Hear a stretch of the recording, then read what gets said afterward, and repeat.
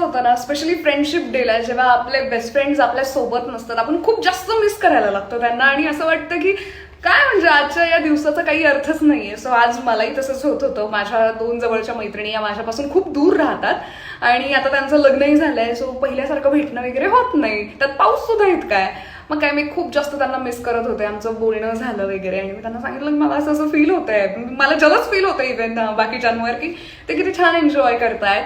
मग काय माझ्या मैत्रिणीला माझी दया आली आणि तिने मला पार्सल पाठवलंय आणि वरून नावांवरून तर यामध्ये पेस्ट्रीज वगैरे आहे हे दिसतंय. बघूयात काय काय आहे. आधी स्पून्स निघाले त्यातून बाहेर. Oh my God. सो एक पेस्ट्री, दुसरी एक पेस्ट्री, तिसरी एक पेस्ट्री सुद्धा आहे. बरंच पाठवलंय आणि छान वाटतंय मला. म्हणजे कधी कधी ना या सगळ्या गोष्टींपेक्षा ती व्यक्ती समोर असणं खूप गरजेचं. तुम्हाला दाखवलं की कशा पद्धतीने तिने मला पेस्ट्रीज पाठवल्यात. तुम्ही सुद्धा तुमच्या बेस्ट फ्रेंड सोबत असंच प्रेम शेअर करा. जर का तुम्ही आज भेटले नसाल, लॉंग डिस्टन्समध्ये असाल, तर एकमेकांच्या ॲड्रेसवर पेस्ट्रीज पाठवू शकता, फ्लावर्स पाठवू शकता किंवा कमेंट्समध्ये तुमच्या बेस्ट फ्रेंडला टॅग करा. अशा पद्धतीने तुम्ही बेस्ट फ्रेंड प्रेम शेअर करू शकता. Bye. I love you. Happy friendships day.